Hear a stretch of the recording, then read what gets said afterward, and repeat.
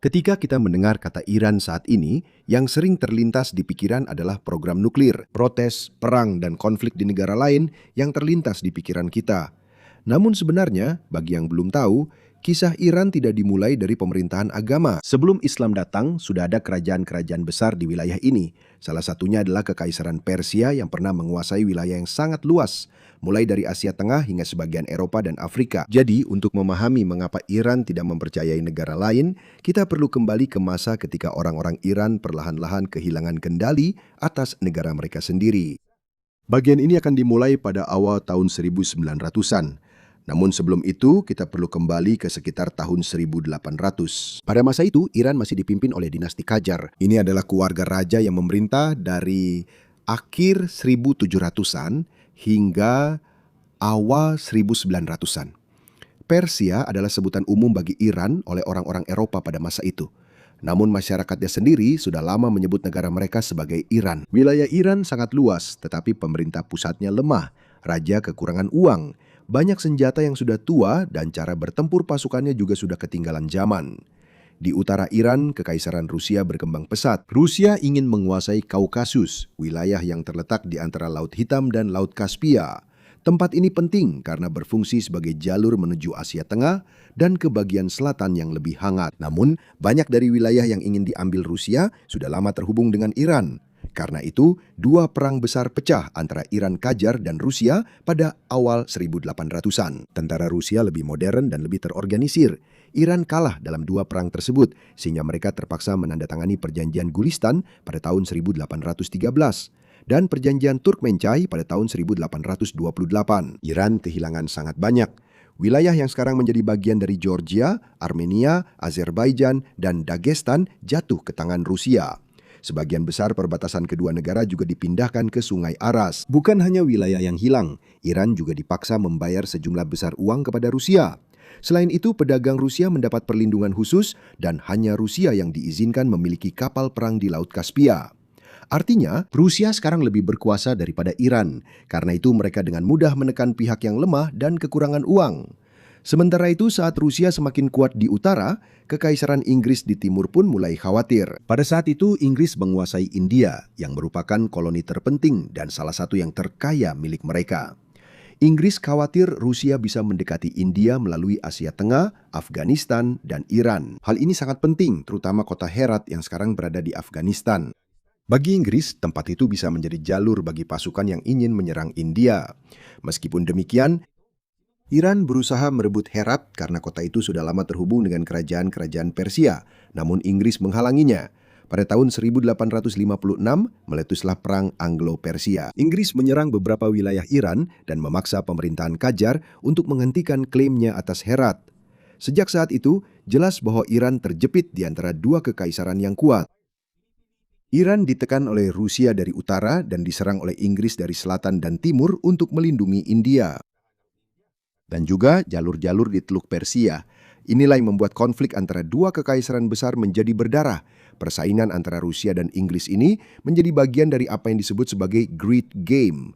Mereka saling berebut pengaruh di Asia Tengah. Bagi Inggris, Iran penting sebagai perlindungan bagi India. Sedangkan bagi Rusia, Iran penting sebagai jalur menuju selatan. Mereka tidak perlu menguasai seluruh Iran. Negara ini sangat luas dan memiliki banyak pegunungan, mahal dan sulit untuk dijaga. Jauh lebih mudah bagi Rusia dan Inggris untuk mengendalikan keputusan-keputusan penting Iran dari luar. Para raja-raja Qajar, mereka melihat bahwa mereka bisa mendapatkan keuntungan dari persaingan antara dua kekaisaran itu. Pemerintah kekurangan uang, mereka membutuhkan dana untuk istana, tentara, perjalanan raja, dan berbagai pengeluaran lainnya.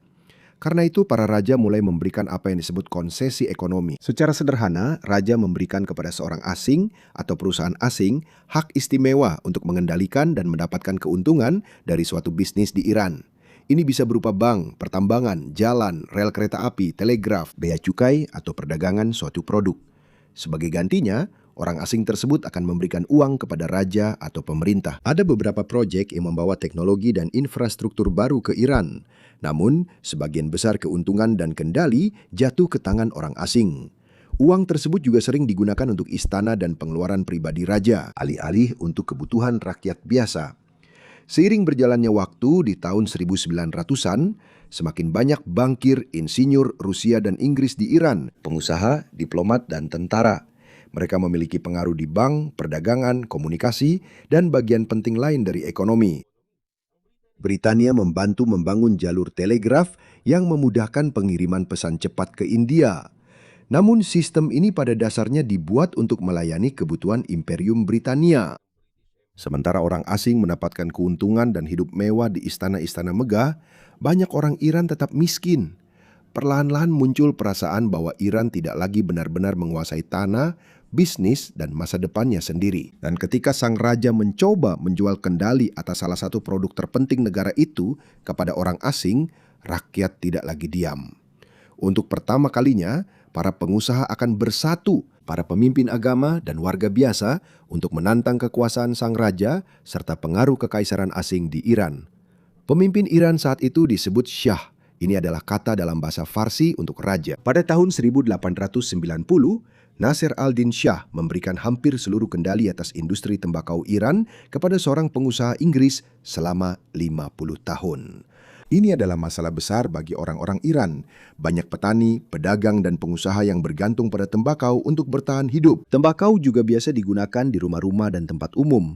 Dalam perjanjian baru ini, penanaman, penjualan, dan ekspor tembakau harus melalui perusahaan Inggris. Artinya, sebuah perusahaan asing akan mengontrol mata pencarian banyak orang Iran. Disinilah kesabaran rakyat habis. Para pengusaha, pemimpin agama, kaum intelektual, dan warga biasa bersatu. Beberapa toko tutup dan banyak orang berhenti menggunakan tembakau. Pemimpin agama terkenal Mirza Hasan Shirazi juga mengeluarkan fatwa, larangan agama yang luas terhadap penggunaannya. Fatwa ini diikuti secara luas bahkan oleh beberapa orang di dalam istana. Karena besarnya protes, dia terpaksa membatalkan perjanjian itu pada tahun 1892. Kemenangan ini sangat penting karena orang-orang Iran melihat bahwa mereka bisa menghentikan raja dan para pengusaha asing jika mereka bertindak bersama-sama. Protes tembakau menjadi salah satu langkah besar pertama menuju perjuangan yang lebih luas untuk perubahan. Pada tahun 1905, rakyat kembali melakukan protes. Mereka tidak hanya ingin mengubah satu kesepakatan bisnis saja, mereka ingin membatasi kekuasaan sang raja. Mereka menuntut konstitusi atau undang-undang yang jelas yang menentukan batas kekuasaan raja. Mereka juga menginginkan parlemen agar rakyat memiliki perwakilan dalam pembuatan undang-undang dan pengeluaran pemerintah. Pada tahun 1906, Mozaffar al-Din Shah setuju untuk membentuk konstitusi dan parlemen yang disebut Majelis. Ini adalah salah satu revolusi konstitusional pertama di Timur Tengah. Untuk pertama kalinya, ada cara legal untuk mengawasi keputusan raja dan mencegah perjanjian rahasia dengan pihak asing. Namun awal yang baik itu tidak bertahan lama. Shah meninggal dan digantikan oleh putranya Muhammad Ali Shah. Shah yang baru tidak mau kekuasaannya dibatasi oleh parlemen. Ia juga mendapat dukungan dari Rusia yang khawatir pengaruhnya di Iran akan berkurang karena parlemen baru tersebut. Pada tahun 1908, pasukan yang setia kepada Shah mengepung gedung parlemen di Teheran. Mereka menembaki gedung itu dengan meriam. Banyak pendukung konstitusi yang dibunuh, ditangkap, atau disiksa. Namun para pejuang konstitusi tidak menyerah. Pasukan dari berbagai wilayah Iran berkumpul. Pada tahun 1909, mereka berhasil masuk ke Teheran dan menggulingkan Muhammad Ali. Parlemen tetap ada, tetapi terus dilemahkan oleh konflik internal dan campur tangan Rusia serta Inggris.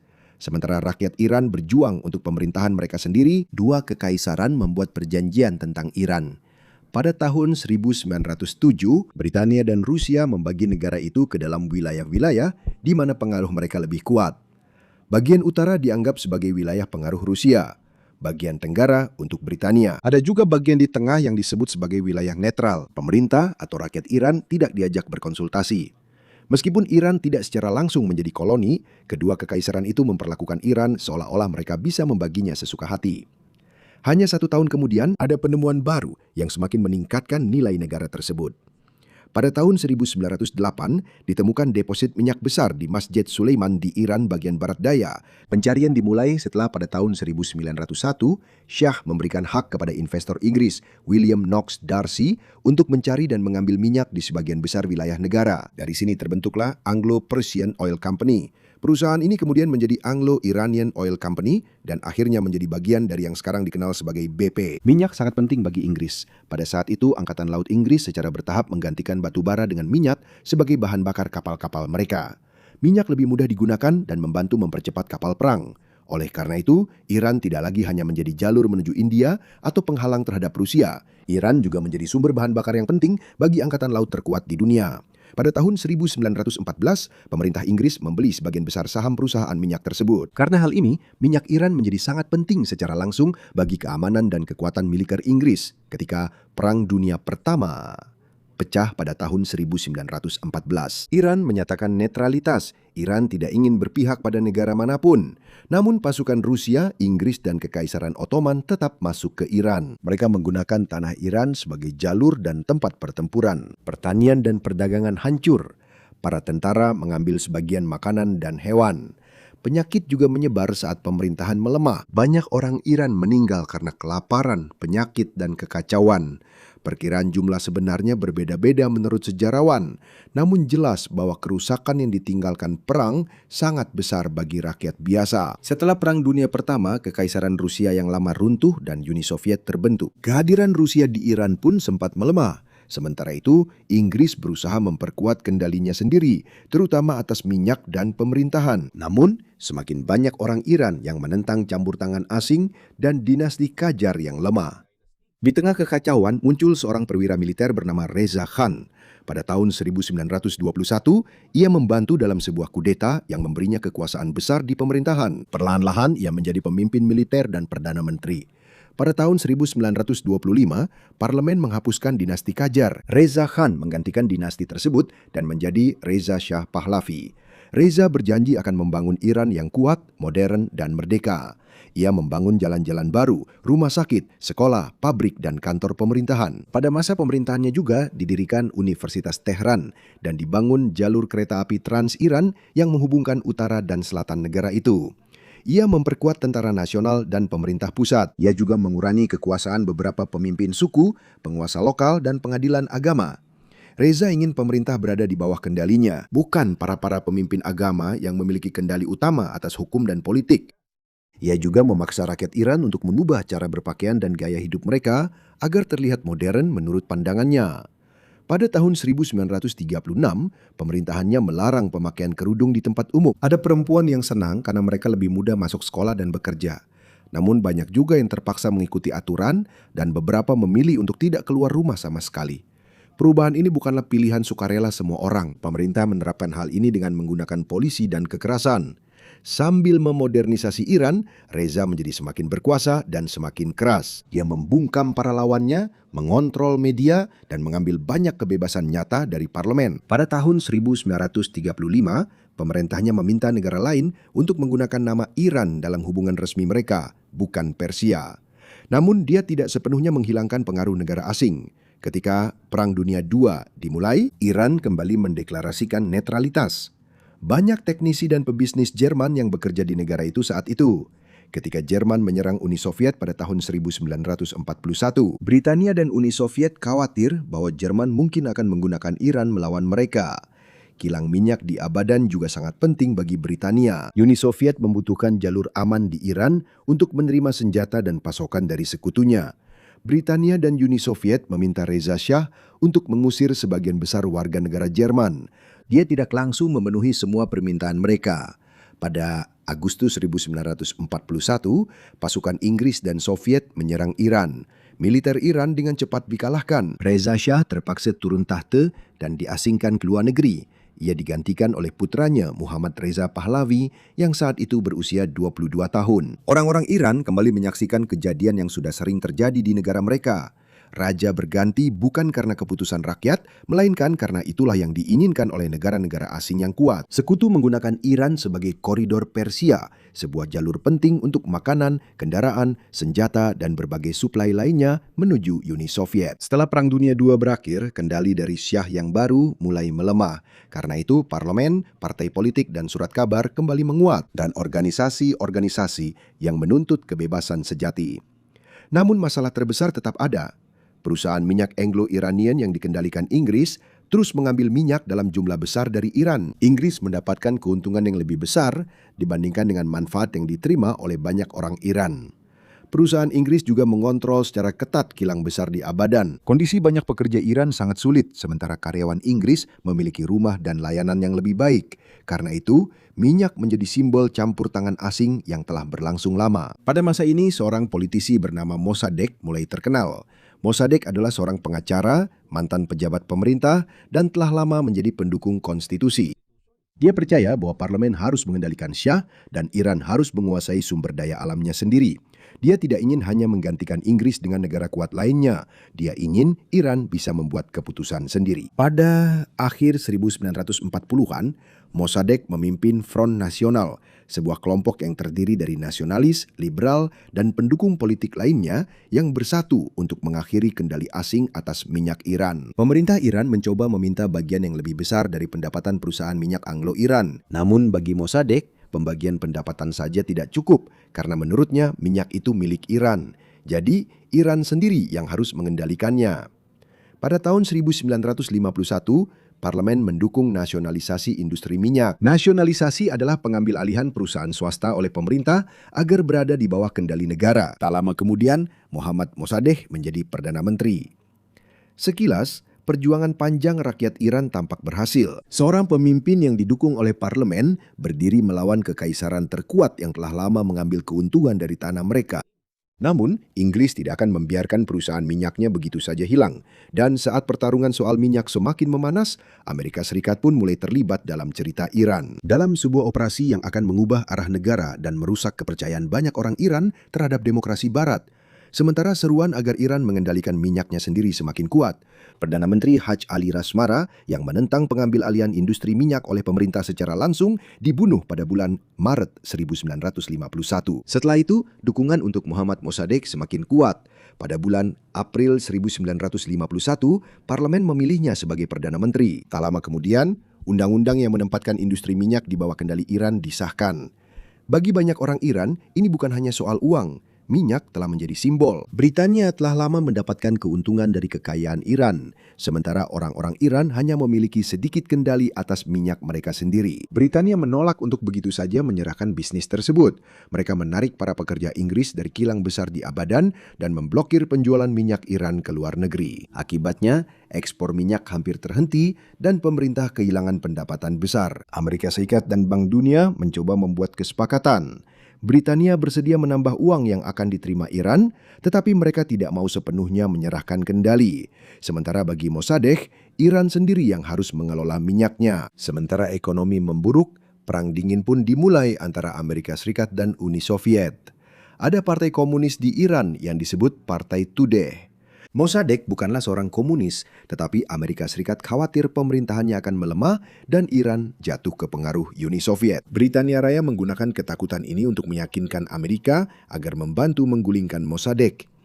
Pada tahun 1953, intelijen Inggris dan CIA Amerika bekerja sama dalam operasi rahasia yang disebut Operasi Ajax. CIA memberikan uang kepada para politisi, surat kabar, perwira militer, dan penyelenggara. Beberapa surat kabar menerbitkan cerita-cerita yang menentang Mossadegh. Ada juga demonstrasi bayaran untuk menunjukkan seolah-olah dukungan terhadapnya sudah hilang. Mereka menggunakan kekuasaan Syah untuk mencopot Mossadegh sebagai Perdana Menteri. Awalnya rencana itu gagal. Syah bahkan melarikan diri keluar dari Iran. Namun operasi tidak berhenti. Pada 19 Agustus 1953, Syah berhasil mendapatkan dukungan dari beberapa bagian militer. Terjadi pertempuran di Tehran dan akhirnya pemerintahan Mossadegh jatuh. Dia ditangkap dan diadili di pengadilan militer. Dia dijatuhi hukuman 3 tahun penjara dan setelah itu ditempatkan dalam tahanan rumah sampai kematiannya. Syah Muhammad Reza Pahlavi kembali ke Iran dan kekuasaannya menjadi semakin kuat. Kudeta ini memiliki dampak yang sangat besar. Bagi banyak orang Iran, ini menunjukkan bahwa ketika mereka mencoba mengendalikan minyak mereka sendiri melalui parlemen dan seorang Perdana Menteri yang populer, Inggris dan Amerika Serikat membantu untuk menggulingkannya. Setelah kudeta, terbentuklah sebuah kelompok perusahaan minyak dari Inggris, Amerika Serikat, Belanda, dan Prancis. Secara formal, minyak dimiliki oleh negara, tetapi perusahaan asing masih memiliki kendali besar atas produksi dan penjualan. Sejak saat itu, Amerika Serikat menjadi pendukung utamanya. Amerika memberinya uang, senjata, pelatihan, dan dukungan politik. Iran sangat penting bagi Amerika karena letaknya dekat dengan Uni Soviet dan memiliki banyak minyak. Namun, saat kekuasaan Syah semakin kuat, politik yang bebas justru semakin melemah. Ia mengontrol pemilihan umum dan media. Para lawan politik juga dibungkam. Polisi rahasia Syah pun dibentuk. Mereka mengawasi para mahasiswa, jurnalis, pemimpin agama, anggota parlemen. Komunis, nasionalis, dan siapapun yang menentang pemerintah. Banyak yang ditangkap, dipenjara, dan disiksa. Karena hal ini, orang-orang menjadi takut untuk berbicara menentang Syah. Bersamaan dengan pemerintahan yang ketat, Syah meluncurkan Revolusi Putih pada tahun 1963. Termasuk di dalamnya adalah pembagian tanah kepada beberapa petani, hak suara bagi perempuan, pembangunan sekolah, rumah sakit, jalan, pabrik, dan proyek-proyek lainnya. Banyak perempuan yang bisa bersekolah dan bekerja. Kelas menengah juga bertambah besar dan semakin banyak orang yang bisa berkuliah di universitas. Namun, manfaatnya tidak merata. Banyak petani yang menerima tanah dengan ukuran sangat kecil sehingga sulit untuk dijadikan sumber penghasilan. Karena itu, mereka pindah ke kota. Sementara gedung-gedung modern semakin banyak, komunitas miskin juga semakin bertambah. Banyak juga pedagang tradisional dan pemimpin agama yang kehilangan kekuasaan mereka.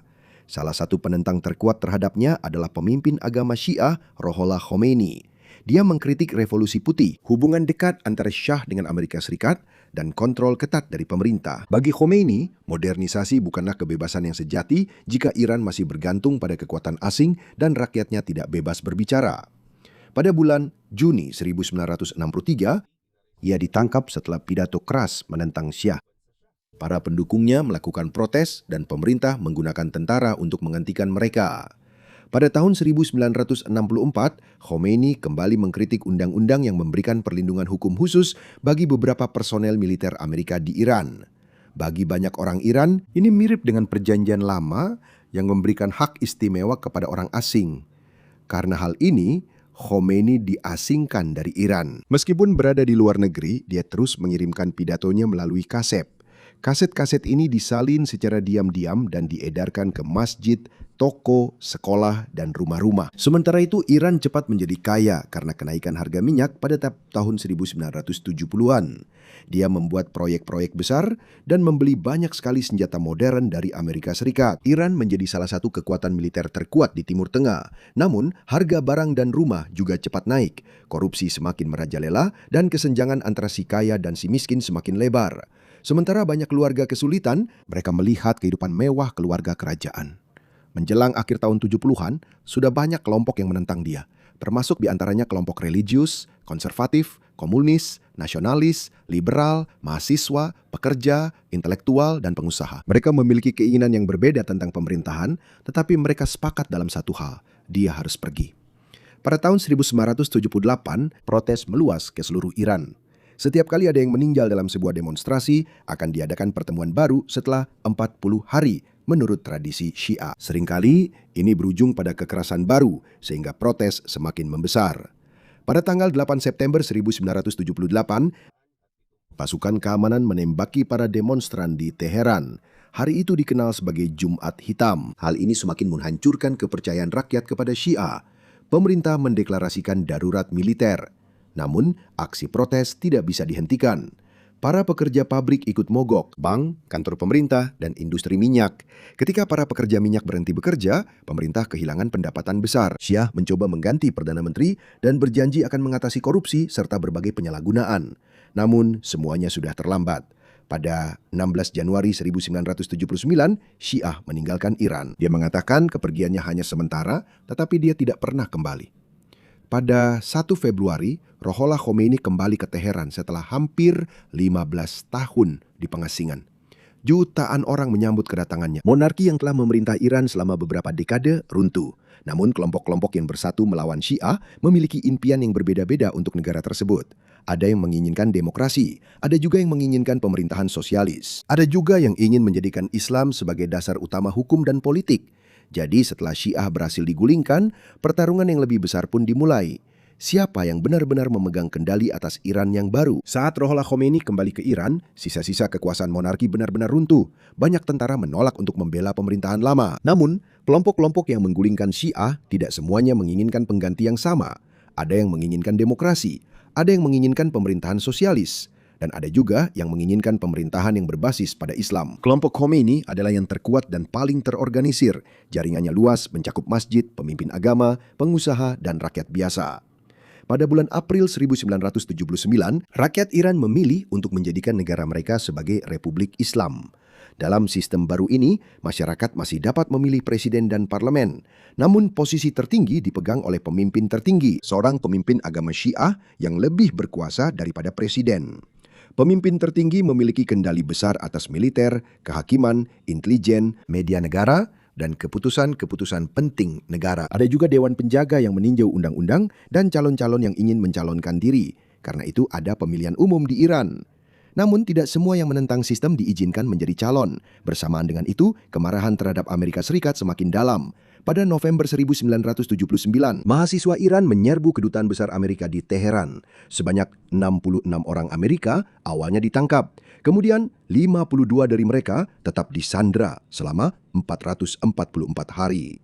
Bagi mereka yang mengambil alih kedutaan, ada kekhawatiran bahwa Amerika akan kembali membantu Syah seperti yang dilakukan pada tahun 1953. Karena krisis sandra, hubungan antara Iran dan Amerika Serikat benar-benar hancur.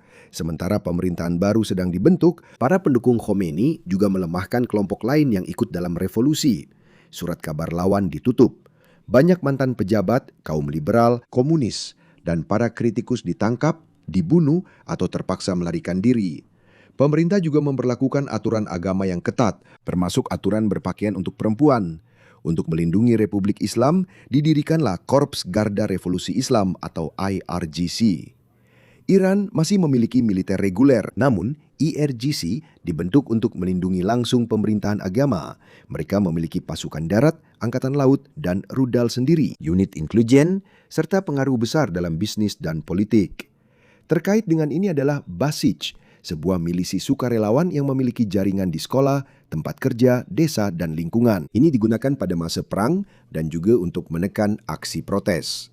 Tidak lama kemudian, pemerintahan baru langsung menghadapi ujian besar. Pada bulan September 1980, Irak di bawah Saddam Hussein menyerang Iran. Irak mengira Iran lemah karena revolusi. Namun orang-orang Iran melawan dan perang berlangsung selama 8 tahun. Sangat banyak orang yang tewas. Kota-kota dan fasilitas minyak hancur. Irak juga menggunakan senjata kimia.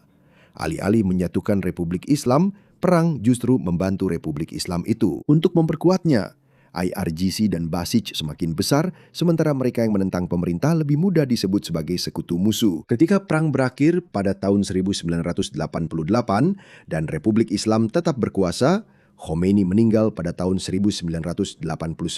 Sistem yang ia bangun terus berlanjut di bawah pemimpin tertinggi berikutnya. Iran juga menggunakan kelompok bersenjata sekutu di bagian lain Timur Tengah. Ini termasuk Hizbullah di Lebanon dan kelompok lain di Irak, Suriah, Yaman, dan wilayah Palestina. Mereka disebut kelompok proksi. Mereka bukan bagian dari militer reguler Iran, tetapi mereka bisa menerima dana, pelatihan, senjata, atau dukungan politik dari Iran. Bagi Iran, mereka berfungsi sebagai pertahanan terhadap Amerika Serikat, Israel, dan musuh-musuh lainnya. Sementara bagi musuh-musuh Iran menggunakan kelompok ini untuk memperluas kekuasaan dan menimbulkan kekacauan di kawasan. Program nuklir Iran juga menjadi pusat perselisihan. Iran mengatakan bahwa program ini untuk energi dan penelitian ilmiah. Namun Amerika Serikat, Israel, dan negara-negara lain khawatir bahwa program ini bisa memberi Iran kemampuan untuk membuat senjata nuklir. Tidak ada yang bisa memastikan bahwa Iran sudah memiliki bom nuklir. Isu besarnya adalah seberapa dekat mereka dengan kemampuan untuk membuatnya jika pemerintah memutuskan. Karena itu sanksi dijatuhkan terhadap Iran. Ekspor minyak dibatasi, perbankan, bisnis, dan perdagangan mereka. Ini sangat berdampak pada ekonomi dan kehidupan warga biasa. Bersamaan dengan itu, protes terus berlangsung di dalam negeri. Warga Iran memprotes korupsi, kemiskinan, pemilu, pengangguran, kenaikan harga, dan aturan ketat terhadap perempuan pada tahun 2022. Protes besar-besaran meletus setelah kematian Mahsa Amini, seorang wanita berusia 22 tahun yang ditangkap oleh polisi moral karena diduga cara dia mengenakan hijab. Pemerintah menggunakan tindakan keras terhadap protes, pemadaman internet dan pasukan keamanan, IRGC dan Basij digunakan untuk menahan demonstrasi. Di sini terlihat mengapa sulit untuk menjatuhkan Republik Islam, karena tidak hanya bergantung pada satu pemimpin. Ada pemimpin tertinggi, Dewan Penjaga, Lembaga Peradilan, Badan Intelijen dan Media Pemerintah, IRJC, Basij, dan jaringan keagamaan yang bersama-sama melindungi sistem. Ketika satu pejabat hilang, ada orang lain yang siap menggantikan dan melanjutkan pemerintahan yang sama. Namun penting untuk memisahkan pemerintah Iran dari rakyat Iran. Ada yang mendukung Republik Islam, ada yang hanya ingin mengubah beberapa bagiannya saja. Banyak juga yang menuntut kebebasan yang lebih luas atau bahkan sistem yang benar-benar baru. Selama lebih dari 200 tahun, Iran telah berulang kali mengalami perang, kudeta, sanksi, dan campur tangan dari negara-negara kuat. Republik Islam menggunakan sejarah ini untuk mengatakan bahwa diperlukan pemerintahan yang ketat agar Iran tidak lagi dikuasai oleh pihak asing. Namun, sementara sistem ini melindungi negara dari kekuatan luar, sistem ini juga sangat mengontrol rakyatnya sendiri. Jadi kisah Iran modern bukan hanya tentang agama. Ini adalah kisah tentang sebuah negara yang telah lama berjuang agar tidak dikuasai oleh pihak asing, sementara rakyatnya terus memperjuangkan kebebasan mereka di dalam negeri mereka sendiri.